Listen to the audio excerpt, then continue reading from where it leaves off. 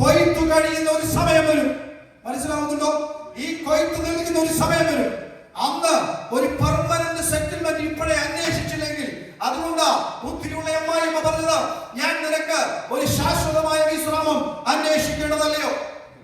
എന്റെ പ്രിയ കുഞ്ഞുങ്ങളെ, ഇതുകൊണ്ട് തൃപ്തിപ്പെടരുത്. അങ്ങനെ തൃപ്തിപ്പെടുന്നവർ ജഡീകന്മാരാ. എനിക്ക് ഇത്രയൊക്കെ മതി, ഞാൻ ഇതുകൊണ്ടൊക്കെ പൊക്കോളാം. ഇന്ന് രാവിലെ വൈകിച്ചവരുടെ സാക്ഷ്യം പറഞ്ഞ്, കണ്ണുനീരുടെ സാക്ഷ്യം പറഞ്ഞ് ഞാൻ കേട്ടു. എന്റെ ജീവിതത്തിൽ ഒരു ആഗ്രഹമേ ഉണ്ടായിരുന്നുള്ളൂ, കർത്താവിന് വേണ്ടി ഒരു 2 വരിയെങ്കിലും കീബോർഡിൽ വായിക്കണം. എന്റെ അപ്പൻ വലിയൊരു മ്യൂസിക്കൽ, അതായത് ഒരു വയലിനിസ്റ്റ് ആയിരുന്നു. ഒരു 2 വരിയെങ്കിലും കർത്താവിന് വേണ്ടി എനിക്ക് വായിക്കണം. പക്ഷെ യാതൊരു വഴിയുമില്ല. എന്റെ പ്രായം 55 വയസ്സായി. എനിക്ക് യാതൊരു വഴിയുമില്ല. ഒരു ചർച്ചിൽ ചെന്ന വായിക്കാൻ എന്നെ വിളിക്കത്തില്ല. യാതൊരു വഴിയുമില്ല. എല്ലാ വഴിയും അടഞ്ഞു എന്ന് തോന്നിയപ്പോ ഹൃദയത്തിൽ ആഗ്രഹം ഉണ്ടായിരുന്ന മനുഷ്യൻ, എനിക്ക് അത് നല്ല ഉറപ്പുണ്ട്. അദ്ദേഹം കീബോർഡ് വാങ്ങിച്ച് വീട്ടിൽ വെച്ചിട്ട് പാടുന്നുണ്ടായിരുന്നു. വീട്ടിൽ വെച്ച്, അതായത് നമ്മളിവിടെ ചർച്ച പാടുന്നില്ലെങ്കിലും വീട്ടിൽ വെച്ച് പാടുന്നുണ്ടായിരുന്നു. പക്ഷേ അദ്ദേഹത്തിന്റെ കഴിവിന്റെ ദൈവം തുമ്പു. മനസ്സിലാവുന്നുണ്ടോ? അദ്ദേഹത്തിന്റെ 2 കീബോർഡ് വായിക്കുന്നത് നിങ്ങൾ കാണണം. 2 അദ്ദേഹം വളരെ നന്നായി കീബോർഡ് വായിക്കുന്നുണ്ട്. അദ്ദേഹം കണ്ണുനീരോടെ പറയാം, ജീവിതത്തിൽ ഒരിക്കൽ പോലും ഞാൻ ചിന്തിക്കാത്തൊരു കാര്യമാണ് ഇപ്പൊ ഞാൻ ചെയ്തുകൊണ്ടിരിക്കുന്നത്. എന്റെ പ്രിയ സഹോദര, പ്രിയ സഹോദരി, ഹൃദയത്തിൽ ആഗ്രഹങ്ങൾ ഉണ്ടെങ്കിൽ, അത് സ്പിരിച്വൽ ആണെങ്കിൽ, ഹല്ലേലൂയ, ഒന്നും കൊണ്ട് തൃപ്തിപ്പെട്ടു പോകരുത്. അതിന് മുകളിലേക്ക് അതിന് പ്രായം ഒരു തടസ്സമല്ല, അതിന് വയസ്സൊരു തടസ്സമല്ല, അതിന് കഴിവൊരു തടസ്സമല്ല, അതിന് വിദ്യാഭ്യാസം ഒരു തടസ്സമല്ല. നിന്റെ ആഗ്രഹം എത്രത്തോളം വലുതാണോ, അത് എത്രത്തോളം സ്പിരിച്വൽ ആണോ, അത് എത്രത്തോളം ദൈവനാമ മഹത്വത്തിന് വേണ്ടിയിട്ടാണോ, അതെല്ലാം പകർന്നു തരുവാൻ ശക്തിയുള്ള ഒരു ബോണസിന്റെ വയലിലാണ് നീ കടന്നു വന്നിരിക്കുന്നത്. മനുഷ്യൻ പലപ്പോഴും ആശ്രയിക്കുന്നത്, ജോൺ ഇവിടെ സങ്കീർത്തനം എടുത്തപ്പോൾ പറഞ്ഞൊരു കാര്യമുണ്ട്, ചിലർ രഥങ്ങളിലും ചിലർ കുതിരകളിലും ആശ്രയിക്കുന്നു. ആമേൻ. മനുഷ്യന്റെ ആശ്രയം. ഞാൻ എപ്പോഴും ചിന്തിക്കാറുണ്ട്, ഈ റൂത്ത് എന്ന് പറയുന്ന ഈ മോവാബ്യ പെൺകുട്ടിക്ക് ജീവിതത്തിൽ യാതൊരു പ്രതീക്ഷയുമില്ല. അവൾക്കൊരു തൽക്കാല സെറ്റിൽമെന്റ് എന്നുള്ള നിലയിൽ ആരെ വേണമെങ്കിൽ സെലക്ട് ചെയ്യായിരുന്നു. ബാല്യക്കാരന്മാരോടും ബാല്യക്കാരത്തിനോടും ഒരുപാട് ആ വയലിൽ കറങ്ങി നടന്നിട്ടുള്ളതാണ്. ഏതെങ്കിലും ഒരു ബാല്യക്കാരൻ അതിനപ്പുറത്തേക്ക് ചിന്തിക്കാനുള്ള, അതിനപ്പുറത്തേക്ക് സ്വപ്നം കാണാനുള്ള കഴിവുള്ള സ്ത്രീയാണ് ഈ മോവാബ് സ്ത്രീ. അല്ല അല്ല അവൾ ചെന്ന് ചോദിച്ച ചോദ്യം എന്താണെന്നറിയാം നിങ്ങൾക്ക്? ബോവസിന്റെ കട്ടിലെ കാൽ കീഴിൽ ചെന്നിട്ട് ബോവസിനോട് ചോദിച്ചൊരു ചോദ്യമുണ്ട്, നിന്റെ പുതപ്പ് എന്റെ മേലിട്ട് എന്നെ വീണ്ടെടുക്കാവോ? ആ ചോദ്യത്തിന്റെ അർത്ഥം പഴയ നിയമം ആവർത്തന പുസ്തകം നിങ്ങൾ ചോദിച്ചാൽ മനസ്സിലാകും. ചെറിയൊരു കാര്യമല്ല അവൾ ചോദിച്ചത്. അവളുടെ ഉള്ളിലെ അസാധാരണ ധൈര്യമുള്ള ഒരാൾക്ക് ആ ചോദ്യം ചോദിക്കാൻ പറ്റും. കാരണം എന്താണെന്നറിയാമോ? ഇവളെ വീണ്ടെടുത്താൽ, അതായത് ഇസ്രായേലിന്റെ യഹൂദന്റെ പാരമ്പര്യം അനുസരിച്ച് അവന്റെ ചേട്ടൻ മരിച്ച ഒരു ഭാര്യയെ മറ്റൊരാൾ, അവന്റെ അനിയൻ അല്ലെങ്കിൽ ചാർച്ചക്കാരിൽ ഒരാൾ അവളെ ഏറ്റെടുക്കുമ്പോൾ വീണ്ടെടുക്കുക എന്ന് പറയുന്ന വാക്കാണ് ഉപയോഗിക്കുന്നത്. വീണ്ടെടുക്കുമ്പോൾ വീണ്ടെടുക്കുന്നയാളിന്റെ അവകാശം നഷ്ടപ്പെടും. ആരുടെ അവകാശമാണ് വരുന്നതെന്നറിയാമോ? നവോമിയുടെ കുടുംബത്തിന്റെ അവകാശം, അവന് വേണ്ടി തലമുറകളെ സൃഷ്ടിക്കുന്ന അവകാശം, ബോവസിന്റെ അവകാശം അതേപോലെ ആരിലേക്ക് പോകുന്നു അറിയാമോ? റൂത്തിലേക്കും റൂത്തിന്റെ സന്തതിയിലേക്കും. ബോവസിന്റെ അപ്പനപ്പൂപ്പന്മാരുടെ അവകാശം അവിടെ നിലനിൽക്കത്തില്ല. അത് കാണണമെങ്കിൽ ഇതിന്റെ ബാക്കി ഭാഗം വായിക്കുമ്പോൾ അവിടെ മറ്റൊരു വീണ്ടെടുപ്പുകാരനുണ്ട്. അവനോട് ബോവസ് ചോദിക്കുന്ന ഒരു ചോദ്യമുണ്ട്. നവോമിയുടെ, എലിമേലെക്കിന്റെ ഭാര്യയായ നവോമി നവോമിയുടെ വയൽ വിൽക്കുന്നു, നിനക്ക് വീണ്ടെടുക്കാൻ താല്പര്യമുണ്ടോ? അവൻ പറഞ്ഞു, ഞാൻ വീണ്ടെടുത്തോളാം, ഐ എം ഓക്കെ.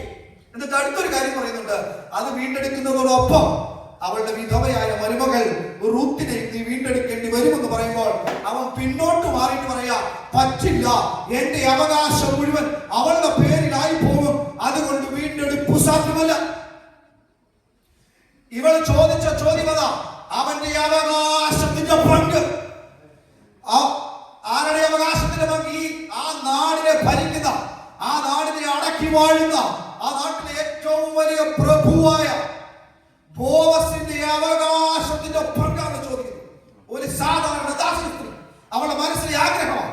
എന്റെ പ്രിയ സഹോദര, പ്രിയ സഹോദരി, എന്റെ പ്രിയ ജോണെ, എന്റെ പ്രിയ സഹോദരന്മാരെ, ജനിച്ച ഹല്ലേലൂയ, പ്രിയ ഷെർലെ, എല്ലാവരോടും ഞാൻ പറയുന്ന ഒരു കാര്യമാണ്, ഇതുകൊണ്ട് തൃപ്തിപ്പെടരുത്.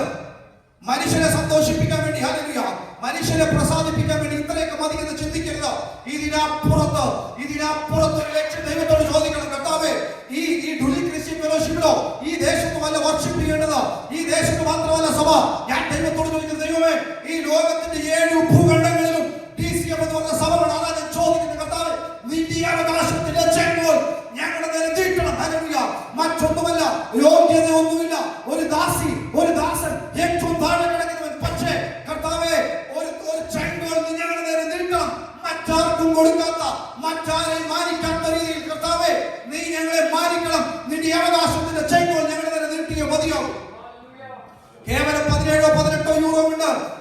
കുഴിപ്പെട്ട് മരിച്ചു മണ്ണടഞ്ഞ് ഈ ദേശത്ത് നിന്ന് മാറ്റപ്പെട്ടു പോകാനാണെങ്കിൽ സഹോദരി, നീ ബോവസിന്റെ വയലിൽ വരേണ്ട കാര്യമില്ല.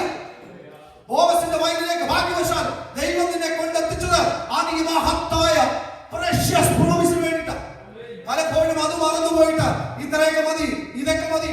എത്രയോ പേരുണ്ട് ഡ്രംസ് കൊണ്ടുവന്ന, എത്രയോ പേരുണ്ട് ഷെറിനെ, അവരിൽ ഒരാളല്ല ഷെറിൻ. പാടുന്ന എത്രയോ പേരുണ്ട് ജോണെ, അവരിൽ ഒരാളല്ല നീ. അതിനപ്പുറത്ത് ഇവിടെ നേഴ്സായി ജോലി ചെയ്യുന്ന എത്രയോ പേരുണ്ട് സഹോദരിമാരെ, അവരിൽ കേവലം ഒരാളല്ല നിങ്ങൾ. നിങ്ങൾ പണിയെടുക്കുന്നത് ബോവസിന്റെ വയലിലാണ്. ആ ബോവസിന്റെ വയലിൽ ബോവസിനോട് ചോദിക്കുമ്പോ ബോവസിനോട് ചോദിക്കുന്നത് എത്ര ഉയരങ്ങളിലുള്ള കാര്യമാണെന്നറിയാം. അപ്പൊ ബോവസ് പറയാ, നിനക്ക് വേണമെങ്കിൽ സെലക്ട് ചെയ്യാൻ ഒരു ദാസനെയോ അല്ലെ, ഒരു ബാല്യക്കാരനെയോ അല്ലെ, ഒരു നേഴ്സായി, ഒരു കെയറായി, ഒരു സാധാരണ ജോലിക്കാരായി മരിച്ച് മുമ്പോട്ട് പോകാൻ, അല്ലെങ്കിൽ ഇവിടെ ജീവിക്കാനുള്ള എല്ലാം നിനക്കുണ്ട് അല്ലേ. എനിക്കും നിങ്ങൾക്ക് എല്ലാവർക്കും ഉണ്ട്. ഇവിടെ സന്തോഷത്തോടെ നല്ല കാലം നല്ല വീട്ടിൽ ജീവിക്കാനുള്ളതെല്ലാം നമുക്കുണ്ട്. ഉള്ളപ്പോൾ തന്നെ അത് വേണ്ടെന്ന് വെച്ചു അതിനോട് നോ പറഞ്ഞു. മനസ്സിലാവുന്നുണ്ടോ? ജോസഫിന്റെ കാര്യം ജോൺ സങ്കീർത്തനം വളരെ ശക്തമായി പറഞ്ഞു. വളരെ കഷ്ടപ്പെട്ട് പൊട്ടക്കിണറിൽ നിന്ന് പൊത്തിമാരുടെ ഭവനം വരെ എത്താൻ എത്ര കഷ്ടപ്പെട്ടിട്ടുണ്ടെന്ന് അറിയാമോ? പൊട്ടക്കിണറിൽ നിന്ന് പൊത്തിമാരുടെ ഭവനം വരെ എത്താൻ നീണ്ട വർഷങ്ങളുടെ കഠിന പ്രയത്നം ചെയ്താണ് ജോസഫ്. അറിയാമോ? പൊത്തിമാരുടെ ഭവനത്തിന്റെ അടിമച്ചെടുക്കലിൽ നിന്ന് പൊത്തിമാരുടെ ഭവനത്തിന്റെ മാനേജർ, അതായത് ഒരു രാജ്യം ഭരിക്കുന്ന രാജാവിന്റെ മന്ത്രിയുടെ മാനേജർ എന്ന പൊസിഷനിലെത്താൻ ചെറിയ കളിയൊന്നും പോരാ. അത്രയും കഷ്ടപ്പെട്ട പൊസിഷനിലെത്തിയ മനുഷ്യൻ ദൈവഹിതമില്ലാത്ത ഒരു കാര്യം വന്നപ്പോ അതിനെ വലിച്ചെറിഞ്ഞ് നോന്ന് പറയാൻ ധൈര്യം കാണിച്ചു. ദൈവത്തിന്റെ ആത്മാവ് ദൂതകളെ പറയുക, കുഞ്ഞിനെ കുറിച്ച് അതിമഹത്തായ വാഗ്ദത്തങ്ങളും അതിമഹത്തായ നന്മകളും ഉണ്ട്. പക്ഷേ ചിലതിനോട് നോ പറയുന്നിടത്ത് നോ പറയും. പൊത്തിമാരുടെ വീട്ടിൽ ഏറ്റവും നല്ല അപ്രിസിയേഷൻ കിട്ടുമെന്ന് വിചാരിച്ചു. പൊത്തിമാരൻ ദൈവികമല്ലാത്ത കാര്യങ്ങളോട് ചേർന്ന് നിൽക്കരുത്. നിന്റെ ജീവിതം അവിടെ തന്നെ അവസാനിക്കും. നിന്നെ കുറിച്ചുള്ള ദൈവിക പദ്ധതികൾ വെളിപ്പെട്ട് വരത്തില്ല. ഒന്ന് ആലോചിച്ചു നോക്കിയേ. ആ കൃഷിക്കാരനായ പയ്യന് മിസ്രൈമ്യ മന്ത്രിയാവാനുള്ള യാതൊരു സാധ്യതയില്ല. അതിനെക്കുറിച്ച് ചിന്തിക്കാൻ കഴിയില്ല. പക്ഷെ അകത്ത് കിടക്കുന്ന വിഷൻ, ദൈവം അകത്ത് കൊടുത്ത വിഷൻ, കുഞ്ഞെ ഈ കാണുന്ന സഹോദരന്മാരെ പോലെയോ നിന്റെ അപ്പനെ പോലെയോ ഈ കാണുന്ന മറ്റു ജനത്തെ പോലെയോ അല്ല ഞാൻ നിന്നെ തെരഞ്ഞെടുത്തിരിക്കുന്നത്. നിന്നെ തെരഞ്ഞെടുത്തിരിക്കുന്നത് സ്പെഷ്യൽ ആയിട്ടാണ്. പൊത്തിമാരുടെ വീട്ടിൽ അനേക ജോലിക്കാരുണ്ടെങ്കിലും നിന്നെ ഞാൻ തെരഞ്ഞെടുത്തിരിക്കുന്നത് സ്പെഷ്യൽ ആയിട്ടാണ്. ഈ ദേശത്തിൽ അനേക കാര്യങ്ങൾ ചെയ്തെടുക്കാൻ, എന്റെ ജനത്തെ നയിക്കാൻ, എന്റെ ജനത്തിന്റെ അപ്പനായി എന്റെ ജനത്തെ ഭരിക്കാൻ ഞാൻ നിന്നെ തെരഞ്ഞെടുത്തിരിക്കുക. അത്രയും സമൃദ്ധമായ വാഗ്ദത്തം അകത്ത് കിടക്കുന്നവൻ എങ്ങനെ പൊത്തിമാരുടെ വീട്ടിൽ വീണുപോകും? പോകരുത്, പോകരുത്, പോകരുത്, പോകരുത്. പലരും, പല ദൈവദാസന്മാരും, പല വിശുദ്ധന്മാരും, പല വിശ്വാസികളും ഇടയ്ക്ക് വെച്ച് തങ്ങളുടെ വാഗ്ദത്തങ്ങൾ നഷ്ടപ്പെടുത്തി കളയുന്നത് ഇത് മതി, എത്രയും മതി. ഇവിടെ പ്രസംഗിച്ച ഞാൻ വിചാരിക്കുന്നത് ദുലീഖിലൊരു സഭയുണ്ട്, രണ്ടാമതൊരു സഭയുണ്ട്, കിൽഡേറിലൊരു സഭയുണ്ട്. ഇത് മതി, ഇത് മതി എന്ന് പറഞ്ഞാൽ ഇതുകൊണ്ട് നീ അവസാനിച്ചു. ഒരു നേഴ്സായി ജീവിച്ചാൽ മരിച്ചാൽ മതി എന്ന് പറഞ്ഞാൽ അതുകൊണ്ട് നീ അവസാനിച്ചു. ഒരു കെയറായി ജീവിച്ച് മരിച്ചു മതി എന്ന് പറഞ്ഞാൽ അതുകൊണ്ട് നീ അവസാനിച്ചു. നിന്നെ കുറിച്ചുള്ള വാഗ്ദത്തം അതിലൊക്കെ എത്ര അപ്പുറമാണ്. ഇന്ന് രാത്രി കാലം അവന്റെ പാദപീഠത്തിൽ കിടന്നിട്ട് ചോദിക്കണം, അപ്പാ നിന്റെ പുതപ്പന്റെ മേലൊന്ന് ഇടണം. ഹല്ലേലൂയ. ഞാൻ ഇത്രയും നാൾ പണിയെടുത്ത വയലിന്റെ അവകാശമാണ് നിന്നോട് ചോദിക്കുന്നത്. നീണ്ട വർഷങ്ങൾ ഹല്ലേലൂയ ഈ ഗോതമ്പും യവവും ഹല്ലേലൂയ കൊയ്തു തീരുന്ന നാളത്തോളം നിന്റെ ബാല്യക്കാരുടെ പുറകെ നടന്നിട്ടുണ്ട്. ഒരു ഭിക്ഷയ്ക്ക് വേണ്ടി നടന്നിട്ടുണ്ട്. ഒരു കാല വീഴുന്നത് നോക്കി, ഓരോ മാസവും സാലറി വീഴുന്നത് നോക്കി, ഓരോ ക്വാർട്ടറിലും സാലറി വീഴുന്നത് നോക്കി ഞാൻ ഇതിന്റെ പുറകെ നടന്നിട്ടുണ്ട്. പക്ഷെ ഇനി എനിക്കതിന് പറ്റില്ല. എനിക്ക് പെർമനന്റ് ആയിട്ടൊരു വിശ്രാമം കിട്ടണം. നീ അതിനു വേണ്ടി പ്രവർത്തിക്കണം. നീ എന്നെ വീണ്ടെടുക്കണം. നിന്റെ അവകാശത്തിന്റെ ചെങ്കോൽ, നിന്റെ അവകാശത്തിന്റെ പുതപ്പിന്റെ മേലിടണം. ആമേൻ. അവകാശത്തിന്റെ പുതപ്പ് കുഞ്ഞെ നിന്റെ ശുശ്രൂഷയുടെ നില മാറും, നിന്റെ ജോലിയുടെ നില മാറും. ഹല്ലേലൂയ. അന്ന് വരെ പുറകെ നടന്ന അന്ന് വരെ പുറകെ നടന്ന ഇത് പറക്കാൻ വേണ്ടിട്ട് ഈ തോട്ടത്തിലല്ലേ, ഈ വയലില് ഇങ്ങനെ പുറകെ നടക്കുക, ഓരോന്നോരോന്നായിട്ട് പറക്കാൻ വേണ്ടി പുറകെ നടക്കുക. ഓരോന്നോരോന്നായിട്ട് പറക്കാൻ നടന്നവളെ അതിന്റെ അധിപതിയാക്കി ദൈവം. അസാധാരണ ധൈര്യമുണ്ടെങ്കിലേ അങ്ങനെ ചോദിക്കാൻ പറ്റും. കേവലം കാല പറക്കുന്ന ഒരു പെണ്ണ് അതിന്റെ ഉടയവനോട് ചോദിക്കുക, നിന്റെ അവകാശം എനിക്ക് തരണമെന്ന് ചോദിക്കാൻ അസാധാരണ ധൈര്യം വേണം, അസാധാരണ കൃപ വേണം. മറുപടി ഇല്ലെന്ന് പറഞ്ഞാൽ അവളുടെ കാലപ്പറക്ക് വരെ അവിടെ നിന്നു. ശരിയല്ലേ? അവൾ അത്രയും ധൈര്യത്തോടൊരു കാര്യം ചെയ്യുമ്പോൾ അവളുടെ മനസ്സിൽ ഉറപ്പുണ്ട്, ബോവസിനെ തള്ളിക്കളയില്ല.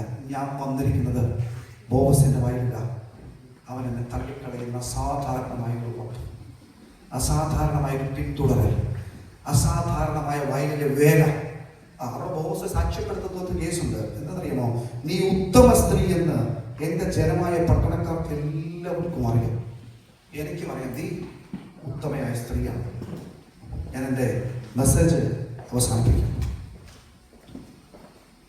ഉത്തമയായ സ്ത്രീ എന്ന് കർത്താവിന് ബോധ്യപ്പെട്ടാൽ അല്ലെങ്കിൽ അവൻ്റെ ഹൃദയത്തിലെ ആഗ്രഹങ്ങളെ തരുമെന്ന് വേദപുസ്തകം പറയുമ്പോൾ, തൻ്റെ ഭക്തന്മാർക്ക് അവരുടെ ഹൃദയത്തിലെ ആഗ്രഹങ്ങളെ തരുമെന്ന് പറയുമ്പോൾ, പ്രിയ സഹോദര, പ്രിയ സഹോദരി, കേവലം ദൈവം നിന്നെ ഈ നാട്ടിൽ കൊണ്ടുവന്നത്, ഈ ദേശത്ത് കൊണ്ടുവന്നത് കേവലം ചില യൂറോസ് വാങ്ങി അല്ലെങ്കിൽ ഇവിടുന്ന് മാറിപ്പോകാൻ വേണ്ടിയിട്ടാണ്. കഴിഞ്ഞ ദിവസം ഞാൻ ഒരാളുമായിട്ട് സംസാരിച്ചപ്പോൾ ആൾ എന്നോട് ചോദിച്ചൊരു ചോദ്യമുണ്ട്, പാസ്റ്റർക്ക് തോന്നുന്നുണ്ടോ പാസ്റ്ററുടെ മക്കൾ വളർന്ന് വലുതായി, നിങ്ങളുടെയൊക്കെ ആരോഗ്യം പോയി, അവർ സ്വന്തമായി നിങ്ങളുടെ പ്രായമെത്തി കഴിയുമ്പോൾ അവരുടെ ജീവിതത്തിൽ ഒരു വിഷമം വരുമ്പോൾ അവർ ദൈവസന്നദ്ധിയിൽ മുട്ടുമടക്കി കണ്ണുനീർ കൊടുക്കുമെന്ന് നിങ്ങൾക്ക് ഉറപ്പുണ്ടെന്നോട് ചോദിച്ചു. എനിക്ക് മറുപടി പറയാൻ പറ്റിയില്ല. അപ്പം എന്നോട് പറഞ്ഞു, നിങ്ങൾ കൺഫ്യൂഷനിലായില്ലേ? അങ്ങനെ സംഭവിക്കുന്നില്ലെങ്കിൽ നിങ്ങളുടെ ജീവിതം വെറും വേസ്റ്റാണ്. നിങ്ങളൊരു പുരുഷായുസ് നഷ്ടപ്പെടുത്തി കളഞ്ഞു. നിങ്ങളൊരു പുരുഷായുസ് സമ്പത്തിനു വേണ്ടി, നിങ്ങളൊരു പുരുഷായുസ് പ്രശസ്തിക്ക് വേണ്ടി, നിങ്ങളൊരു പുരുഷായുസ് മറ്റു പലതിനു വേണ്ടി നഷ്ടപ്പെടുത്തി കളഞ്ഞു. നിങ്ങളുടെ തലമുറ, നിങ്ങളുടെ പ്രായത്തിൽ ഞാൻ ആലോചിച്ചപ്പോൾ ശരിയാ ദൈവമേ, അവരങ്ങനെ ചെയ്യുമോ? ഒരു കഷ്ടത വരുമ്പോ അവർ പോയി മുട്ടുമുടക്കി പ്രവർത്തിക്കുമോ? ഒരു ബുദ്ധിമുട്ടിലൂടെ കടന്നു പോകുമ്പോൾ മനുഷ്യനെ ആശ്രയിക്കാതെ, രഥങ്ങളിൽ ആശ്രയിക്കാതെ, കുതിരകളിൽ ആശ്രയിക്കാതെ, ഈ ബാല്യക്കാരിൽ ആശ്രയിക്കാതെ, മനുഷ്യനെ ഏറ്റവും ആക്സസ് ഉള്ളത് മനുഷ്യനിൽ ആശ്രയിക്കുക എന്നുള്ളത് അല്ലേ? നമ്മുടെ എല്ലാ ആഗ്രഹവും, നമ്മുടെ എല്ലാം ആശ്രയവും മനുഷ്യല്ല. ഇവിടെ ബോവസ്തനോട് പറയാ, നിനക്ക് വേണമെങ്കിൽ മനുഷ്യനിൽ ആശ്രയിക്കാമല്ലേ? ഇവിടെ ധനവാന്മാരായ ബാല്യക്കാരുണ്ട്. ധനവാന്മാരായ ബാല്യക്കാരുടെ ഒരു വലിയ നിര തന്നെ ബോവസിന്റെ ഇടത്തുണ്ട്. ദരിദ്രന്മാരായ ബാല്യക്കാരുണ്ട്. നിന്റെ അവസ്ഥ വെച്ച്, നിന്റെ സ്റ്റാൻഡേർഡ് വെച്ച്, നിന്റെ സ്റ്റാറ്റസ് വെച്ച് ഇവരിൽ ആരെങ്കിലും നിനക്ക് തിരഞ്ഞെടുക്കാനുള്ള അവസരം ഉണ്ടായിരുന്നു. പക്ഷേ നീ അത് തിരഞ്ഞെടുക്കാതെ എന്റെ അടുക്കൽ വന്നതുകൊണ്ട് നീ ആദ്യം നിന്റെ അമ്മായിയമ്മ നവോമിയോട് ചെയ്തതിനേക്കാൾ വലിയ ദയം ചെയ്തിരിക്കുന്നത്. ആ വാക്ക് അങ്ങനെ എഴുതി വെച്ചിരിക്കുന്നത്. ഇന്ന് മനുഷ്യരിൽ ആശ്രയിക്കുന്നതിനേക്കാൾ, ചെങ്കത്തരം ഒരിക്കൽ കൂടി ഞാൻ പറയാം, മനുഷ്യന്മാരിൽ ആശ്രയിക്കുന്നുണ്ടെങ്കിൽ വെറുതെ നിങ്ങളെ. ചിലർ രഥങ്ങളിലും ചിലർ കുതിരകളിലും ആശ്രയിക്കും. മനുഷ്യന്മാരിലും രഥങ്ങളിലും കുതിരകളിലും ആശ്രയിക്കരുത്. ഈ ലോകത്തിലെ ഒന്നിലും നിങ്ങളുടെ ജീവിതത്തെ മാറ്റിമറിക്കാൻ കഴിയില്ല. ഈ ലോകത്തിൽ നിങ്ങളുടെ വിദ്യാഭ്യാസത്തിന് നിങ്ങളുടെ വാക്തത്വങ്ങളെ തരാൻ കഴിയില്ല. ഈ ലോകത്തിലെ നിങ്ങളുടെ പ്രാക്ടീസിന് നിങ്ങളുടെ വാക്തത്വങ്ങളെ തരാൻ കഴിയില്ല. ഈ ലോകത്തിലെ നിങ്ങളുടെ കോണ്ടാക്ട്സിന്.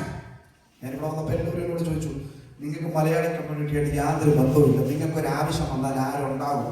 ഞാൻ പറഞ്ഞു, ആരുമില്ലെങ്കിലും കർത്താവുണ്ട്. ഇന്ന് വരെ മലയാളി കമ്മ്യൂണിറ്റിയുടെ ഒരു പരിപാടിക്കും ഞാൻ പോയിട്ടില്ല, എന്റെ ഭാര്യ പോയിട്ടില്ല.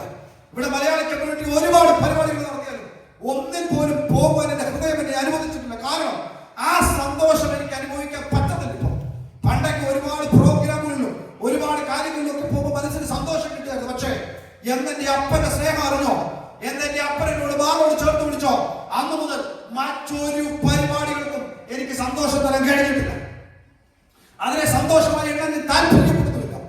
അന്ന് എന്നോട് എല്ലാവരും ചോദിച്ചു, അങ്ങനെയാണ് നിനക്കൊരു ആവശ്യം വന്നാൽ ആര് വരും, നിനക്കൊരു ആവശ്യം വന്നാൽ ആര് കാണും? ഞാൻ പറഞ്ഞു, എനിക്ക് സഹോദരങ്ങളുണ്ട്. എന്റെ അമ്മ പെറ്റതിനേക്കാൾ എന്നെ സ്നേഹിക്കുന്ന എന്റെ സഹോദരന്മാരും സഹോദരിമാരുണ്ട്. ഒരു വീട് പോലെ, ഒരു ഹൃദയം പോലെ, ഒരു ഐക്യതയോടെ എനിക്ക് വേണ്ടി മരിക്കാൻ നിൽക്കുന്ന സഹോദരന്മാരും സഹോദരിമാരും ഉണ്ട്. അത് കേവലം ഒരു മാനുഷിക ബന്ധമല്ല, കേവലം ഒരു കുപ്പി പൊട്ടിക്കുമ്പോൾ ഉണ്ടാകുന്ന ഒരു ബന്ധമല്ല, കേവലം എവിടെയെങ്കിലും കൂടി അരോചകമായ തമാശ പറയുമ്പോൾ ഉണ്ടാകുന്ന ഒരു ബന്ധമല്ല.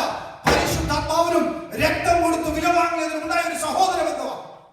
ആമേൻ, ആമേൻ, ഹല്ലേലൂയ. അതാ സഹോദരന്മാരെ സഹോദരിമാരെ നമ്മുടെ ഏറ്റവും വലിയ ബന്ധം. ഹല്ലേലൂയ. അവർ പ്രാർത്ഥിക്കുമ്പോൾ മറ്റ് ഹല്ലേലൂയ സ്വർഗം തുറക്കുന്നത് ലിറ്ററലി പലവട്ടം കണ്ടിട്ടില്ലേ? സഹോദരന്മാരും സഹോദരിമാരും ഒരുമിച്ച് നാലൊരാളെ റെക്കമെൻഡ് ചെയ്യുന്നതിനേക്കാൾ അപ്പുറമല്ലേ നാം ഒരുമിച്ച് വിടുന്ന് പ്രാർത്ഥിക്കുമ്പോൾ. പലവട്ടം നമ്മൾ പല കാര്യങ്ങളും കണ്ടിട്ടുള്ളത്. കഴിഞ്ഞ ദിവസം കിൽഡേർ ചർച്ചിൽ ഒരു സഹോദരനുണ്ട്. സഹോദരൻ പറഞ്ഞു, എൻ്റെ സഹോദരി UK-ലാണ്, ഒരു എഡ്യൂക്കേഷണൽ വിസയിലാണ്, കടം തിരിച്ചു പോകേണ്ടതാണ്, അവൾക്കൊരു സ്പോൺസർഷിപ്പ് കിട്ടുന്നില്ല, അവൾ ആകെപ്പാടെ വിഷമത്തിലാണ്, അവളും ഉപവാസം ഇരിക്കാൻ നമുക്കും ഒരുമിച്ച് പ്രാർത്ഥിക്കണമെന്ന് ചോദിച്ചു. സഭ ഒരുമിച്ചിരുന്ന് അവൾക്ക് വേണ്ടി പ്രാർത്ഥിച്ചു. കഴിഞ്ഞ ഒരാഴ്ചക്കകത്ത് സ്പോൺസർഷിപ്പ് ദൈവം ആളെ ഒരുക്കി കൊടുത്തു. UK-ൽ ഇപ്പൊ സ്പോൺസർഷിപ്പ് അങ്ങനെ കൊടുക്കുന്നില്ല, എഡ്യൂക്കേഷൻ വിസ വരുന്നുണ്ട്. കഴിഞ്ഞ വ്യാഴാഴ്ചക്ക് മുമ്പ് എനിക്ക് മെസ്സേജ് ഇട്ടു, പാസ്റ്ററെ ഭയങ്കര സന്തോഷം, ആ സ്പോൺസർഷിപ്പ് അവർക്ക് കിട്ടി. അതേപോലെ എത്ര അത്ഭുതങ്ങൾ ഡെലിവറൻസിനകത്ത് നടക്കുന്ന. ഇതൊന്നും ഒരാളുടെ പ്രയോഗം കൊണ്ടോ ഒരാളുടെ ശക്തി കൊണ്ടോ ബലം കൊണ്ടോ അല്ല, മറിച്ച് സഹോദരങ്ങൾ ഒരുമിച്ചിരുന്ന ഹൃദയൈക്യതയോടെ പ്രാർത്ഥിക്കുമ്പോൾ സ്വർഗം തുറക്കും. ഇന്ന് രാത്രികാലം ദൈവകരം ഇത് വൈകി വേണം ദൈവകരങ്ങളിലേക്ക് നമുക്ക് സമർപ്പിക്കാം. ആരിലാണ് നമ്മൾ ആശ്രയിക്കുന്നത്? ധനവാന്മാരായ ബാല്യക്കാരിലോ, സഹോദരന്മാരിലോ, ഹല്ലേലൂയ, ഈ ദേശത്തുള്ള പ്രമുഖന്മാരിലോ, ഈ ദേശത്തുള്ള ഹല്ലേലൂയ വലിയ വലിയ ആളുകളിലോ, അവരുമായിട്ടുള്ള ബന്ധം, അവരുമായിട്ടുള്ള റിലേഷൻ വലിയ സംഭവമായി കാണുമ്പോൾ ഹല്ലേലൂയ, എൻ്റെ പ്രിയപ്പെട്ട യഗ്ലാൻഡ് മണ്ഡലങ്ങളെ സൃഷ്ടിച്ച യേശുവുമായി നിനക്ക് ബന്ധമുണ്ടെങ്കിൽ ഹല്ലേലൂയ, ഈ ലോകത്തിൽ ഒന്നിനെ നിന്നെ തടയാൻ കഴിയില്ല, നിന്റെ വാഗ്ദത്തങ്ങളെ തടയാൻ കഴിയില്ല. ഒരുപാട് പേർ വീണുപോയ മണ്ണാണ് ഹല്ലേലൂയ. ഒരുപാട് പേർ വാഗ്ദത്തത്തിലേക്ക് കടക്കാതെ പേടിച്ച് അധൈര്യപ്പെട്ട് വീണുപോയ മണ്ണ ഇവിടെ ദൈവം നിന്നെ വിളിക്കുക വാഗ്ദത്തത്തിലേക്ക്. ഹല്ലേലൂയ. നിനക്ക് സ്വർഗീയമായ ഒരു വാഗ്ദത്തവും ഭൗതികമായ ഒരു വാഗ്ദത്തവും നിന്ന് അനുഗ്രഹിക്കേണ്ടതിന് ദൈവം നിന്നെ വിളിക്കുക. ഇന്ന് വൈകിയ വേളയിൽ ദൈവകരങ്ങളിലേക്ക് നമ്മെ തന്നെ സമർപ്പിക്കും. കർത്താവേ, എന്നോട് ഇടപെടണമെന്ന് പ്രാർത്ഥിക്കാം. ഹല്ലേലൂയ. റൂത്തിനെ പോലെ ധൈര്യം കാണിപ്പാൻ, ഹല്ലേലൂയ, റൂത്തിനെ പോലെ കറേജ് ഉള്ള ഒരു സ്ത്രീയായി, ഹല്ലേലൂയ, റൂത്തിനെ പോലെ വിളിക്കപ്പെട്ട, ഹല്ലേലൂയ, അനേകരുടെ മുമ്പിൽ ഇരിപ്പുണ്ട്. കർത്താവേ, ധൈര്യം കൊടുത്താട്ട് വലിയ ധൈര്യത്തെ കൊടുത്തിട്ട് പലപ്പോഴും ഈ ലോക സാഹചര്യങ്ങൾ കാണുമ്പോൾ എങ്ങനെ മുമ്പോട്ട് പോകും, വാഗ്ദത്തം എങ്ങനെ നിറവേറുമെന്ന് സംശയിച്ചിരിക്കുമ്പോ സംശയങ്ങളെ മാറ്റി ഹല്ലേലൂയ ദൈവം ചില വഴികളിലൂടെ ഹല്ലേലൂയ ദൈവം ചില അടയാളങ്ങൾ കൊടുത്ത്, നവോമിയെ പോലെ നല്ലൊരു അമ്മായിയമ്മയെ പോലെ ചില അടയാളങ്ങൾ കൊടുത്ത് ചിലതിലെ കൈക്ക് വേണ്ടി ദൈവം ചിലരെ ബലപ്പെടുത്തിയാട്ട്, ചില എക്സാമിന് വേണ്ടി ദൈവം ചിലരെ ബലപ്പെടുത്തിയാട്ട്. കുഞ്ഞ് നിനക്ക് വേണ്ടി കരുതപ്പെട്ടിരിക്കുന്നതാണ്. ഹല്ലേലൂയ. പലപ്പോഴും നിന്റെ കയ്യിൽ അത് ലഭിക്കാതെ പോകുന്നതിന്റെ കാരണം നീ അതിന് സ്പിരിച്വലായി കാണാത്തതുകൊണ്ടാണ്. ഹല്ലേലൂയ. ദൈവനാമ മഹത്വം. ദൈവമേ, നീ എനിക്ക് എന്ത് തന്നാലും അത് ദൈവനാമ മഹത്വത്തിന് വേണ്ടി നിന്റെ അകത്തൊരു തീരുമാനം എടുത്താൽ ചില മേഖലകളിൽ ദൈവം പ്രസാദിക്കും. ഹല്ലേലൂയ. ദൈവം ഹല്ലേലൂയ ആർക്കും അകന്നിരിക്കുന്നവനല്ല, അവൻ അടുത്തിരിക്കുന്ന തന്റെ ഭക്തന്മാരുടെ ആഗ്രഹം യഹോവ നിറവേറ്റി കൊടുക്കും. എല്ലാ ഞായറാഴ്ചയും പ്രാർത്ഥനയ്ക്ക് വരുന്നവരുടെ ആഗ്രഹം നിറവേറ്റി കൊടുക്കുമെന്നല്ല, എല്ലാ ഞായറാഴ്ചയും വൈകുന്നേരം ഹല്ലേലൂയ 2 വാക്ക് പ്രാർത്ഥിക്കുന്നവരുടെ ആഗ്രഹം നിറവേറ്റി കൊടുക്കുമെന്നല്ല, തന്റെ ഭക്തന്മാരുടെ ആഗ്രഹം യഹോവ നിറവേറ്റി കൊടുക്കും. സങ്കീർത്തനം 146 പറയുന്നത് തന്റെ ഭക്തന്മാരുടെ ആഗ്രഹം യഹോവ നിറവേറ്റി കൊടുക്കും. ഹല്ലേലൂയ. വിശ്വസിക്കുന്നുണ്ട്. ആരാ ദൈവത്തിന്റെ ഭക്തൻ? ഇന്ന് രാവിലെ രണ്ടാമത്തെ ദൈവത്തിന്റെ ആത്മാവ് ഇടപെട്ടു. ഹല്ലേലൂയ. ഹല്ലേലൂയ. അവിടെ എഴുതി വെച്ചിരിക്കുന്നത് ഇങ്ങനെ ദിനവൃത്താന്ത പുസ്തകത്തിൽ, ഹല്ലേലൂയ, തങ്ങൾ ഏകാഗ്ര ചിത്തന്മാരായിരിക്കുന്നവർക്ക് വേണ്ടി യഹോവയുടെ കണ്ണ് ഭൂലോകമൊക്കെയും താൻ ബലവാനെന്ന് കാണിക്കേണ്ടതിന് ഊടാടിക്കൊണ്ടിരിക്കുന്നു. ഹല്ലേലൂയ. യഹോവയുടെ കണ്ണ് ഒരു CCTV പോലെ, ഒരു സ്കാനിങ് മിഷനുകളെ പോലെ ഇങ്ങനെ ഊടാടിക്കൊണ്ടിരിക്കുക. യഹോവയിൽ ഏകാഗ്ര ചിത്തരായിരിക്കുന്ന ആരുണ്ടെന്ന് നോക്കി അവർക്ക് ഞാൻ ബലവാനെന്ന് കാണിക്കേണ്ടതിന് യഹോവയുടെ കണ്ണ് ഊടാടി സഞ്ചരിക്കുമ്പോൾ കുഞ്ഞെ, നിന്റെ പേരതിൽ നോട്ട് ചെയ്യപ്പെടുന്നുണ്ടോ? നിന്നെ ആ ക്യാമറ സ്കാൻ ചെയ്യുന്നുണ്ടോ? ഹല്ലേലൂയ. അങ്ങനെ ഊടാടി സഞ്ചരിച്ചപ്പോ, വർഷങ്ങൾക്ക് മുമ്പ് ഊടാടി സഞ്ചരിച്ചപ്പോ പെട്ടെന്നൊരു പേര് കണ്ടു, അബ്രഹാം. ഏകാഗ്ര ചിത്രനായിരിക്കുന്നു, അവനെ എനിക്ക് അനുഗ്രഹിക്കണം. പെട്ടെന്നൊരു പേര് കണ്ടു, ഹാരോ, അവനെന്റെ കൂടെ നടക്കണം. ഹല്ലേലൂയ. പെട്ടെന്നൊരു പേര് കണ്ടു, നോഹ. ആ സ്കാനിംഗ് മിഷനിൽ പെട്ടെന്ന് പേര് കണ്ടി നോഹ, പെട്ടെന്ന് പേര് കണ്ടി ദാവീദ്. അങ്ങനെ പലരുടെയും പേർ പെട്ടെന്ന് കിട്ടിയപ്പോൾ അവരെല്ലാം അനുഗ്രഹിക്കപ്പെട്ടതുപോലെ നിന്റെ പേർ അവിടെ കിട്ടുന്നുണ്ടോ? ഏകാഗ്ര ചിത്തനാണ് ഭക്തൻ. എന്നാൽ യഹോവയിൽ ഏകാഗ്ര ചിത്തനായിരിക്കും. ഭക്തൻ എന്ന് പറഞ്ഞാൽ ഈ എന്താ പറയാ, നമ്മളൊരു ഒരു ഷോ കാണിക്കുക, അല്ലെങ്കിൽ ഒരു ഷോ ഓഫ് കാണിക്കുന്നതിനെ കുറിച്ചല്ല ഭക്തൻ എന്ന് പറയുന്നത്. യഹോവയെങ്കിൽ ഏകാഗ്ര ചിത്തന്മാരായിരിക്കുന്നവർ, ഹല്ലേലൂയ, അവർക്ക് വേണ്ടി താൻ ബലവാനെന്ന് കാണിക്കേണ്ടത്. ഏകാഗ്രതയോടെ പോയിട്ടുണ്ടെങ്കിൽ ദൈവകരങ്ങളിലേക്ക് സമർപ്പിക്കാം. നമുക്ക് ഒരുമിച്ച് പ്രാർത്ഥിക്കാം. കാരണവനായ ഞങ്ങളുടെ ദൈവ ഞങ്ങൾ ഒരുമിച്ച് തിരിച്ചറിയിക്കണമായിരുന്നു. റൂത്തിനെ പോലെ വിളിക്കപ്പെട്ട അനേകരുടെ മധ്യമുണ്ടെന്ന് എനിക്കറിയാം കർത്താവേ. ദൈവമേ, അവരുടെ വാക്തട്ടങ്ങൾ കേവലം ഒരു ബോവസിന്റെ വയലിലെ കാലാപ്പറക്കലിൽ നിന്നും മാറി പെർമനന്റായിട്ടുള്ള കർത്താവേ, കണ്ണുനീർ തോന്നുന്നു ഹല്ലേലൂയ, വർഷങ്ങളായിട്ടും ഹല്ലേലൂയ, വയസ്സുകൾ അനവധി കടന്നു പോയിട്ടും കണ്ണുനീരിന് മാത്രം കുറവില്ലാത്ത ചിലരെ ദൈവത്തിന്റെ ആത്മാവ് കാണിക്കുന്നു. അവരോട് ദൂത് ശക്തമായി പറയുക, ഈ ലോകത്തോട് നോ പറഞ്ഞോ, ഈ ലോക സന്തോഷങ്ങളോട് നോ പറഞ്ഞോ, ധൈര്യം കാണിച്ചോ. ഇനി ദൈവത്തോട് കർത്താവെ ജീവിക്കുന്നെങ്കിൽ നിനക്ക് വേണ്ടി നാമോമിയോട് പറഞ്ഞതുപോലെ, നിന്റെ ജനം എന്റെ ജനം, നിന്റെ ദൈവം എന്റെ ദൈവം, നീ മരിക്കുന്നിടത്ത് ഞാനും മരിക്കും, നിന്നെ അടങ്ങുന്നിടത്ത് ഞാനും അടക്കും. ചിലതിനോട് ലാഭമുള്ള ചിലതിനെ ഛേദമെന്ന് തന്നെയായി.